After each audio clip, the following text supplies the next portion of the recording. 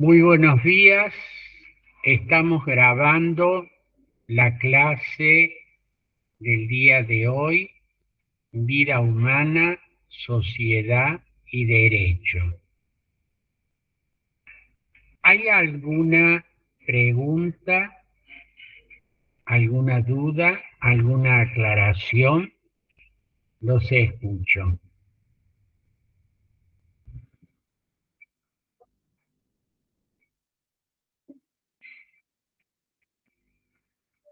Hola, profe, buen día. De mi parte, no. Buenos días, Abril. De mi parte Bien, está todo claro. muy bien. Sí, Lidia, la escucho.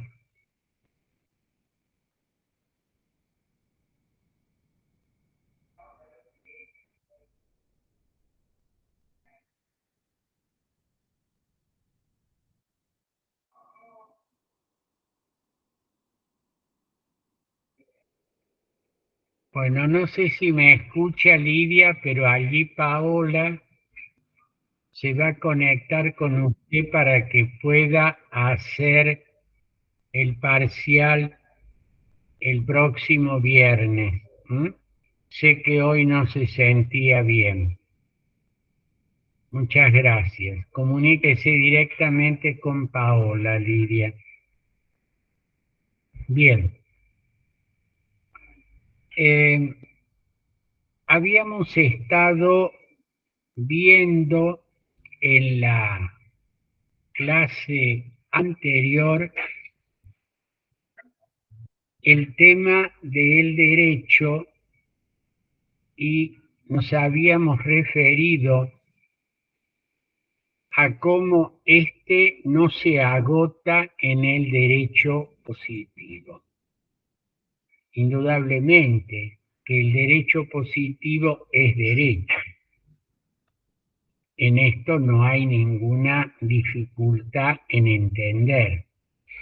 Y habíamos dicho, y lo volvemos a repetir, que el alumno está acostumbrado, el alumno de derecho,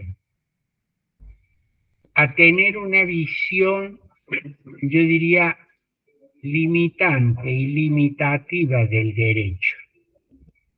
Derecho es lo que está en la ley, derecho es lo que está en los códigos, derecho es lo que está en los tratados internacionales. Indudablemente, repito una vez más, casi hasta el hartazgo, que nadie duda que eso es derecho. El problema es si el derecho se agota en esto que es el derecho positivo. Indudablemente que hay una discusión, ustedes lo han visto seguramente en filosofía del derecho, lo han visto en algunas otras asignaturas, que hay varias posiciones en torno a esta cuestión. La sintetizo.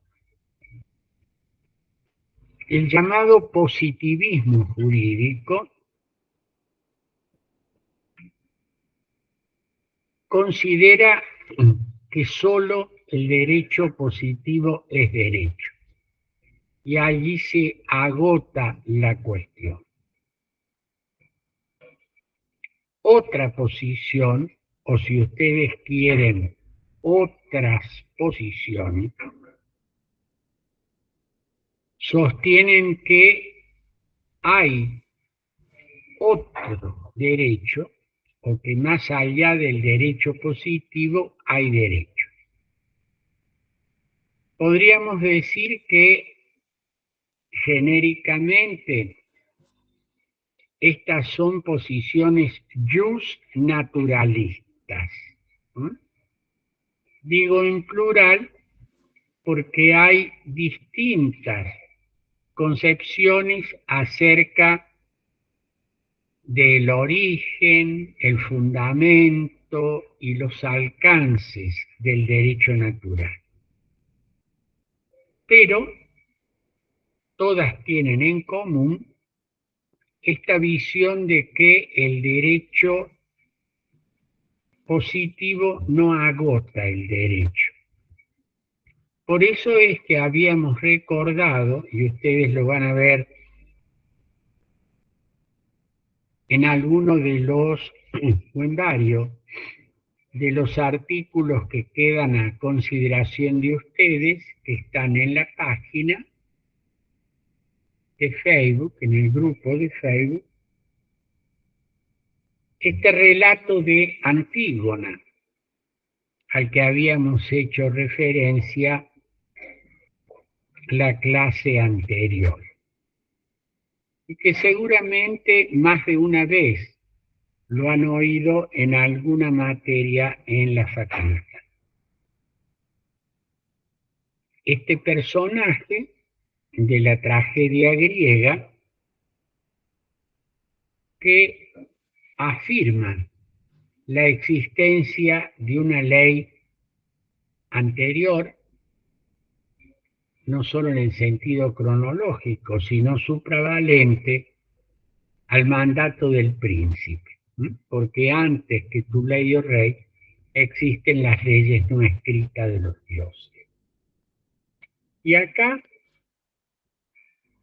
aparece esta cuestión clave, la existencia del derecho natural. Este derecho que se fundamenta en la naturaleza humana que para los creyentes o los que tienen una concepción trascendente de la vida, se origina en Dios. Que podría decir, siguiendo el texto de nuestra Constitución, fuente de toda razón y justicia. Así dice el texto del preámbulo de nuestra Constitución Nacional. No necesariamente se debe tener una visión trascendente o religiosa de la vida para afirmar la existencia del derecho natural, que se apoya, surge de la naturaleza humana y de su dignidad fundamental. He allí la piedra basal del derecho natural. De manera tal que en los textos que ustedes van a analizar mediante el taller de lectura, un minuto por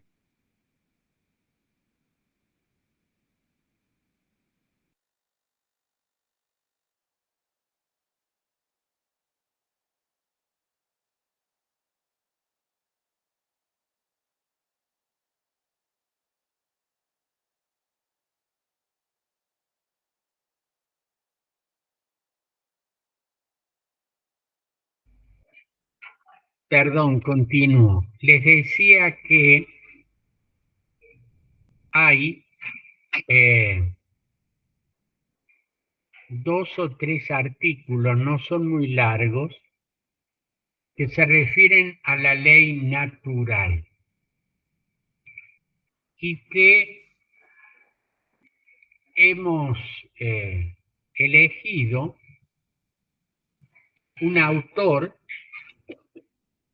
el filósofo francés Jacques Maritain, para la fundamentación de este derecho natural.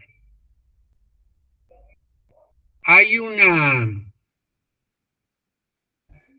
obra que está puesta allí en el grupo de Facebook, El hombre y el Estado. El capítulo 4 del hombre y el Estado se refiere a los derechos del hombre. Y también hay dos artículos, la ley natural y sus fundamentos, según el pensamiento de Jacques Maritain. Y otro artículo más. De esta manera, ustedes van a poder tener, siguiendo el modelo de lectura de texto, modelo de lectura, que ya lo tienen allí en el grupo de Facebook, van a poder analizar este material. Me desconecto un minuto.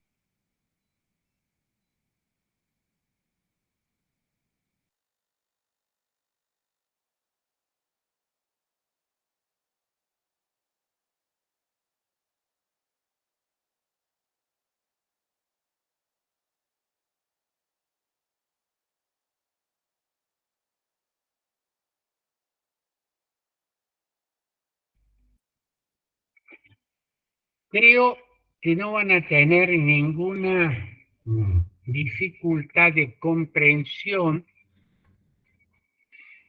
Los textos son claros. Y hay también en uno de estos artículos una explicación de cómo este autor, no es exclusivamente él, pero es uno de los autores del siglo XX que ha contribuido notablemente a la Declaración Universal de los Derechos Humanos. Y esta es una de las razones por las cuales en esta materia le dedicamos al pensamiento de Maritain un apartado especial. Porque por un lado vamos a encontrar razones y fundamentos para la existencia de este derecho natural. Esto en el lenguaje de Antígona son las leyes no escritas de los dioses, que existen desde siempre. Y por otro lado, la relación que hay entre la Declaración Universal de los Derechos Humanos, establecida por Naciones Unidas desde 1948, y que por otra parte forma parte esa declaración de nuestro derecho positivo, cómo y qué aporte hizo el filósofo francés a esta declaración. ¿Y qué relación hay entre esta perspectiva que llamamos jus naturalista y la Declaración Universal de los Derechos Humanos? Mirando siempre más allá del positivismo jurídico. Esto es lo que en este tercer eje de nuestra materia, vida humana, sociedad, derecho, queremos colocar como un aspecto fundamental. Esto, a su vez, se relaciona con dos cuestiones que hemos analizado en clases anteriores. El tema de la eugenesia y el tema de la eutanasia. Eugenesia, salud de la raza; eutanasia, muerte piadosa. No exclusivamente, pero de una manera muy paradigmática, se dio en la Alemania nazi un ordenamiento jurídico, es decir, formaba parte del derecho positivo alemán, la eugenesia y la eutanasia. El Estado podía decidir frente a enfermos incurables, frente a personas que habían perdido la razón, frente a personas que pertenecían a un grupo humano declarado raza inferior, la posibilidad de su eliminación. Y esto formó parte del derecho positivo alemán. Entre otras, las llamadas leyes de Nuremberg, que consagraban estas verdaderas ofensas a la dignidad humana. ¿Qué relación hay entre esto y lo que decíamos hace unos instantes? El derecho natural, que solo desde una perspectiva que vaya más allá del derecho positivo, es posible descalificar disposiciones que forman parte del orden jurídico de un Estado.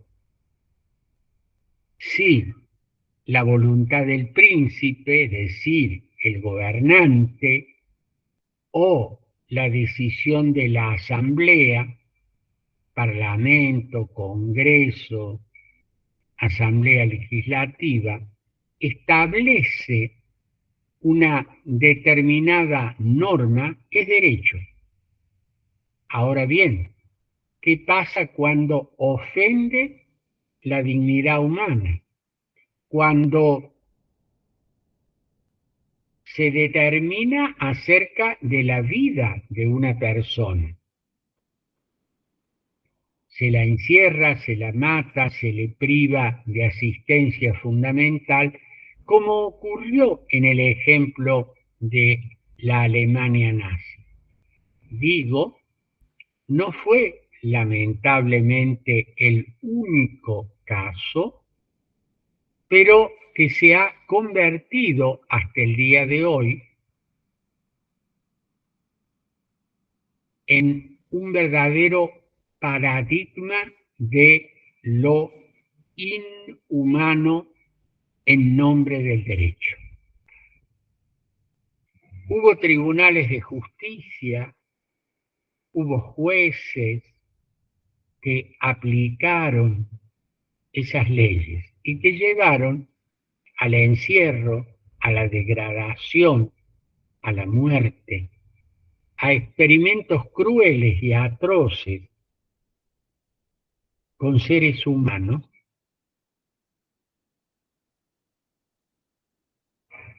e indudablemente para descalificar, para ilegitimizar, para decir que eso estaba mal, hay que ir más allá del derecho positivo. Esto es un poco el planteo que subyace en todas estas consideraciones que hemos propuesto en esta materia. Por eso advierten ustedes que hay un hilo conductor autor en temas que aparentemente son distintos y que estarían distantes de estas consideraciones que estamos haciendo en torno a lo que es derecho. Me refiero, como acabo de hacerlo, al tema de la eutanasia y la eugenesia, y me refiero también a un tema que hemos tratado en clases anteriores con la presencia de un profesor invitado, transhumanismo, ¿eh? Posthumanismo, nombres con las que se designa una serie de descubrimientos, una serie de planteos en los que acá aparece, ¿no?, lo de humano, humanismo, pero más allá de, ¿eh? Estamos hablando de un ser humano que es más que humano. Y paradojalmente, al pretender hacer del ser humano algo más que humano, ir más allá, logramos todo lo contrario, deshumanizar. Alguno de ustedes, no me acuerdo si fue Marcos a quien estoy viendo, dijo en algún momento en la clase que se trató el tema que eliminar o pretender eliminar el dolor, la angustia o la muerte de los seres humanos era convertirlos en algo distinto a un ser humano. ¿Mm? Creo que fue Marcos el que dijo eso, ¿no? ¿Es así? Sí, profe. Entonces, yo diría, en busca del superhombre, ¿m?,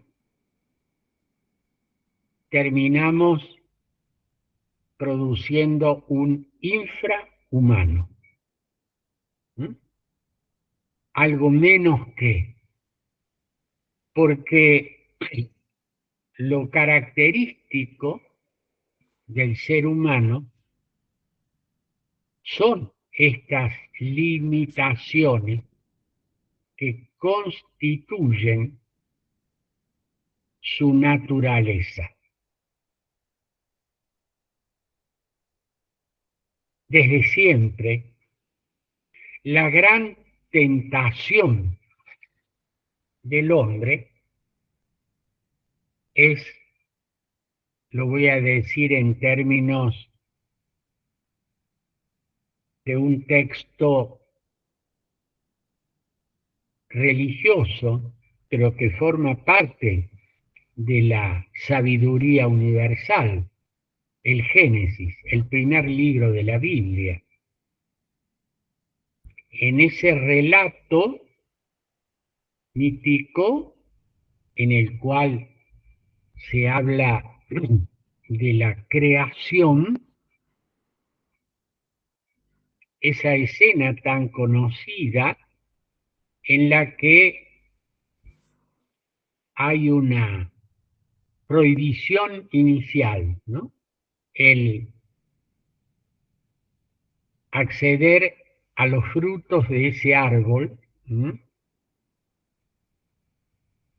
Y la gran tentación es, la gran tentación, ¿no?, y es por eso que allí está, y seréis como dioses, ¿no? Si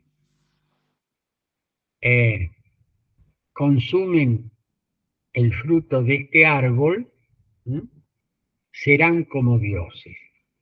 Es decir, el hombre perderá su condición humana, será más que ser como Dios, ser el creador, el que decide todo. Y allí aparece la gran paradoja, ¿no? Es la gran tentación. Indudablemente que la ciencia y la técnica nos han ido colocando cada vez más en situaciones en las que podemos hacer una serie de cosas que eran impensables décadas anteriores. El desarrollo de la ciencia y la tecnología nos maravilla cada día. E indudablemente que allí viene la gran cuestión. Si todo lo que puede hacerse debe hacerse. Si todo lo que tecnológicamente se puede hacer es conveniente y no hay procesos de degradación. Ayer leía, y me excede en términos técnicos porque no sé mucho, no sé nada de genética, que en Inglaterra se acaba de producir el nacimiento de seres humanos fruto de procesos de fecundación asistida, en el cual hasta ahora todos ustedes saben que de manera natural o artificial cada ser humano participa del ADN de el padre y de la madre, es decir, de el óvulo materno y del espermatozoide paterno. Dos ADN están en esa nueva persona.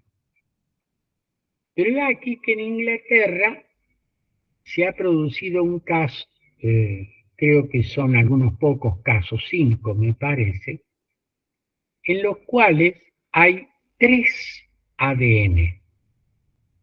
El ADN del óvulo que fue fecundado, el ADN del espermatozoide que lo fecundó y el ADN de un segundo óvulo del cual, y acá lo digo, se extrae algo del núcleo que se coloca en el otro óvulo de otra persona y que acá aparece un ser humano con 3 ADN. Lo cual, entre otras cosas, y ahora sí vamos al alumno de Derecho, se plantea un problema jurídico irresuelto, la relación de filiación. ¿Quién es la madre? Hay 2.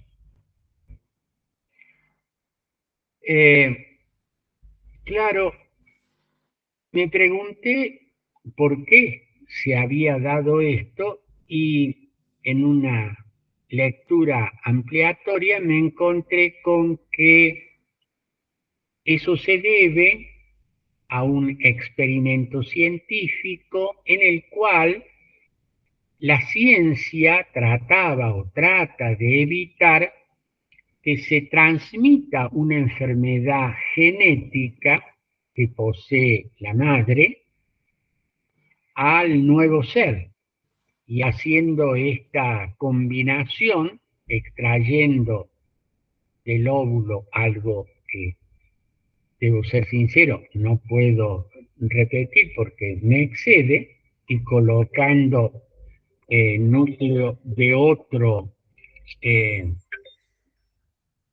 se evita esta transmisión de esta enfermedad genética.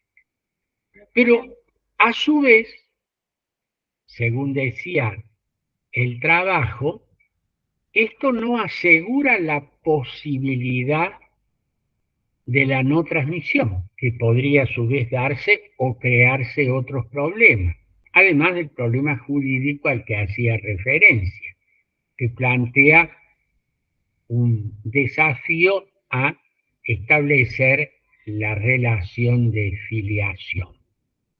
Es posible hacer esto científicamente. ¿Esto mejora la condición humana? Todo lo que técnicamente se puede hacer, ¿hay que hacerlo? El hombre es el creador sin límite. Pero la paradoja es que el hombre no es el creador. Ustedes saben que en definitiva todas las llamadas creaciones humanas son co-creaciones, porque estricto sensu creador es el que hace a partir de la nada. Por tanto, solo Dios crea. Los seres humanos, en todos los planos, por más inventiva y desarrollo que tengamos y al que lleguemos, lo hacemos a partir de. Somos, en todo caso, co-creadores, no creadores. La gran tentación es convertirnos en el creador, que decide el origen, el destino y el fin de lo que estamos creando. Y acá de nuevo viene la problemática de que tratando de ir más allá de lo humano, podemos llegar a una situación inhumana. Esto es un poco el esquema en el que trato de dar muy sintéticamente para que con las lecturas, el taller de lectura que van a hacer, ustedes puedan introducirse a este tercer eje y vincular con los temas que hemos propuesto. Les anuncio también que tenemos 2 o 3 profesores invitados para que puedan aportarnos otras luces sobre esta perspectiva. Uno es el doctor Cubertino, que me va a decir la fecha que puede dar su clase. Él es médico. Y otro es el doctor Alejandro Navas, cuya clase va a ser el 4 de junio, iba a ser el 26 de mayo, pero va a ser feriado por este feriado puente. El doctor Alejandro Navas, que es filósofo, sociólogo y ex decano de la Facultad de Ciencias de la Comunicación de la Universidad de Navarra, desde Pamplona, nos va a dar la clase el día 4 de junio. Es decir, yo les voy a avisar, realmente pienso que la van a aprovechar mucho. Pues esto era un poco lo que quería plantearles para el día de hoy y comentarles a su vez, no están puestas las notas todavía, que me siento satisfecho con lo que han hecho en el parcial presencial, porque la idea fundamental, que era reflexionar sobre estas cuestiones, a mi juicio se ha logrado en gran medida. Ustedes son los que pueden determinar si efectivamente ese proceso de reflexión estuvo presente en el parcial. Desde este punto de vista pretendía ser original, no que el alumno memorizara algo, sino que pudiera reflexionar sobre las cuestiones que habían planteado, ¿no? Y también, aunque ya lo comentamos la clase anterior, y son estas verdaderas paradojas que se producen en la tarea académica, que nunca pensé, fue el caso de Abril Perona, que como ustedes recuerdan, comentó en clase anterior lo que había colocado en el parcial con referencia a Magalí Morales, esta vecina de su pueblo, Santa Rosa, provincia de San Luis, que había sido asesinada durante la pandemia. Digo, una verdadera paradoja porque cuando escribí este artículo en colaboración con el doctor García Foro, uno de mis ayudantes, Derechos Humanos en tiempos de pandemia, en esa circunstancia tan cruel que vivimos en Argentina y en el mundo, fuimos haciendo un listado, no exhaustivo, por supuesto, pero un listado que trataba de poner nombre y apellido a el dolor, a la vulneración de los derechos, a las limitaciones arbitrarias a los derechos humanos que se habían dado desde el poder en tiempos de pandemia. Y allí hicimos ese listado tratando de colocar nombre y apellido para que quienes lo leyeran entendieran que no hablábamos de seres abstractos o anónimos, que tenían un nombre, que tenían un rostro, que tenían una familia, que tenían una historia. En algunos casos, como estamos en Córdoba, ese rostro, ese nombre, esa historia, esa vida, fue conocida por todos los conciudadanos. Y fue el caso del juicio de Blas Correa, que también yo les voy a colocar en el grupo el texto del fallo, en el cual es larguísimo lo que dijo el tribunal cuando condenó a quienes cegaron la vida de este joven, Blas Correa. Y digo de una manera paradojal, estamos lejos, no era conocida, era un nombre, Magalí Morales. Y de la mano de una alumna, compañera de ustedes, Abril Perona, supimos de esta joven que se desplazaba en bicicleta, que fue capturada, hecha prisionera y luego, entre comillas, suicidada por la policía de la provincia de San Luis.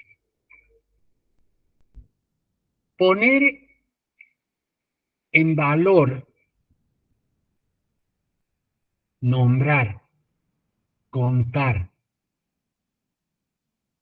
estas violaciones a los derechos humanos, esta vulneración al derecho a la vida, a la libertad, a la propiedad, aún en una circunstancia extraordinaria, porque acá volvemos a este tema, ¿no? En situaciones de excepción se pueden tomar decisiones excepcionales.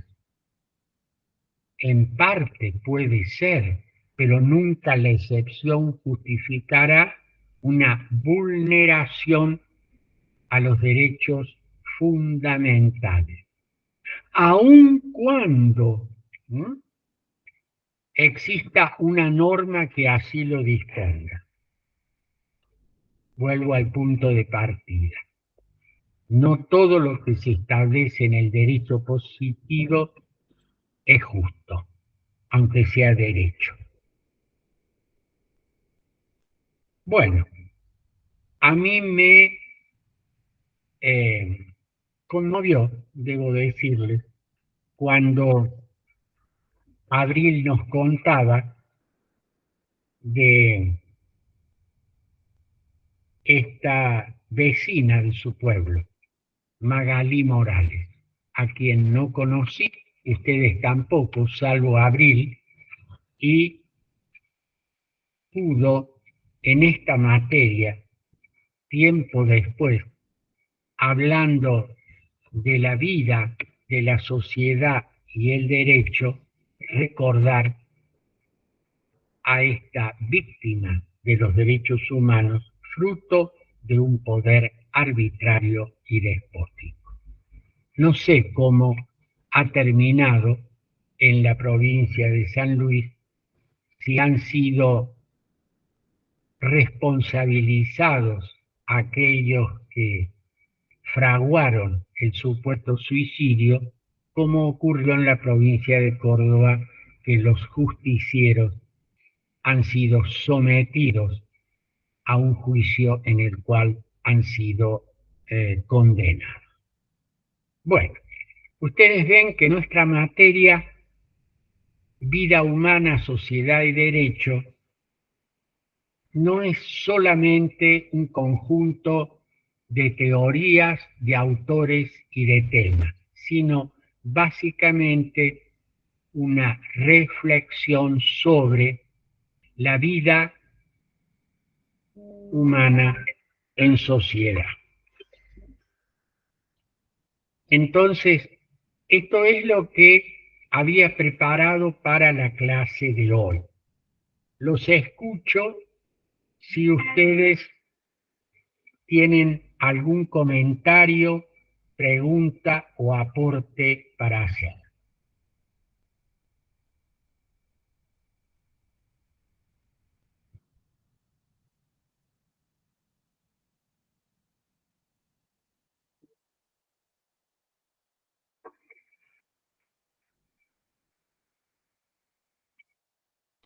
Profe, Sí, Jimena.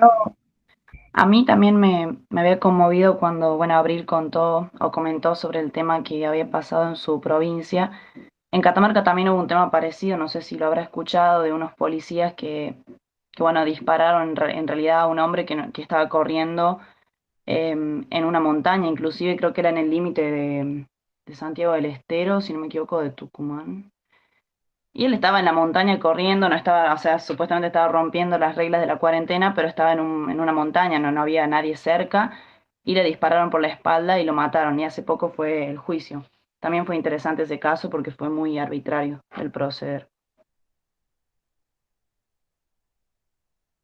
¿Usted tiene algún dato, Jimena? ¿Hay algún documento o algo que lo podamos compartir y ver? Sí, si quiere después lo paso por el grupo porque fue un caso, digamos, hace poco fue el juicio, entonces tengo lo que pasó en el juicio, digamos, pero no lo tengo ahora a mano. Si quiere después lo busco y lo paso. Bueno, le agradezco porque es importante que lo compartamos y lo visibilicemos. ¿M? Y además, como somos estudiantes de Derecho, debemos darle eh, prensa y predominancia a cuando con los mecanismos del Estado de Derecho se hace responsable a aquellos que han violado derechos humanos. Y también esto permite, y hago una observación, trato de explicarla para que no se malentienda. La observación es, la afirmación que hago es lo siguiente: el tema de los derechos humanos no se agota en un determinado tiempo histórico. Por ejemplo, la dictadura militar argentina hasta 1983. Los derechos humanos no se agotan en la cuestión de los desaparecidos. Los derechos humanos no se reducen a un número real o simbólico. Los derechos humanos son cuestiones permanentes.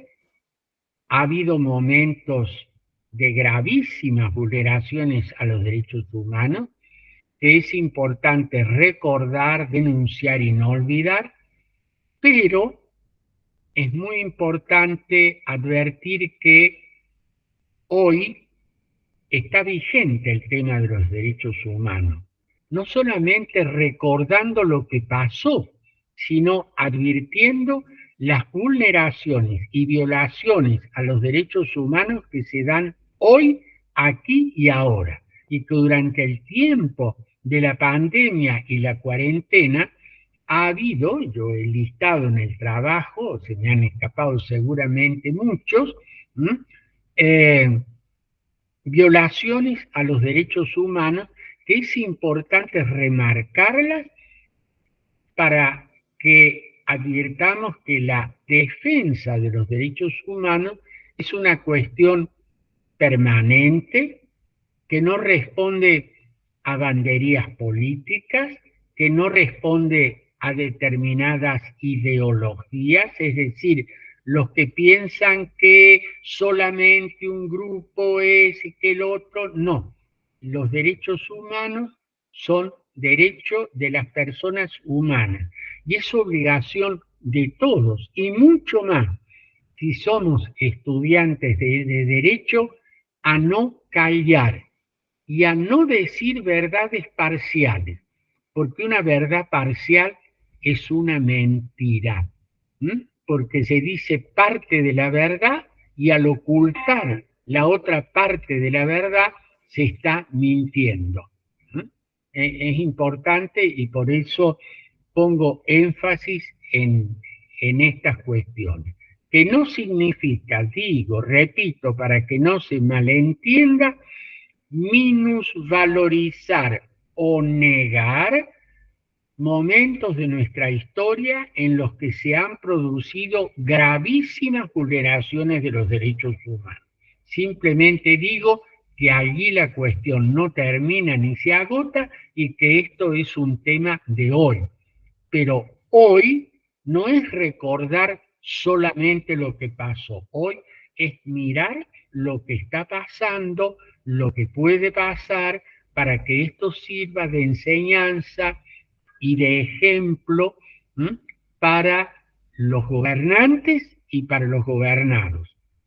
Por eso es importante conocer y difundir, en el caso de estos fallos judiciales, esto que ha ocurrido, como usted María Jimena nos dice lo de Catamarca, no lo tenía presente, o esto de Blas, cuya sentencia está. ¿Alguien levantó la mano? No sé quién.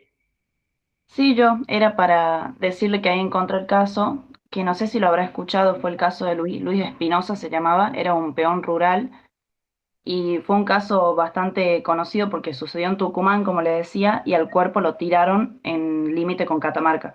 Así Entonces es. el juicio fue en Catamarca y bueno, hubo 11 imputados y todos eran oficiales, todos eran policías, porque fueron dos involucrados los policías que hicieron, digamos, que cometieron el delito, pero después hubo muchas personas en la misma comisaría que lo encubrieron y que bueno, ayudaron a que el delito se consume, entonces hubo 11 imputados en la causa y se caratuló por la fiscal como desaparición forzada seguida de muerte, y bueno, fue un caso muy conocido por ese tema de que fue la policía y fueron muchos los involucrados. Sí, yo lo he mencionado en el trabajo, pero si usted tiene la resolución judicial a la que yo no he tenido acceso y la quiere compartir, nos va a ser útil. ¿Mm? Bien, muchas gracias, María Jimena. ¿Hay alguna otra observación, comentario o aporte que quieran hacer?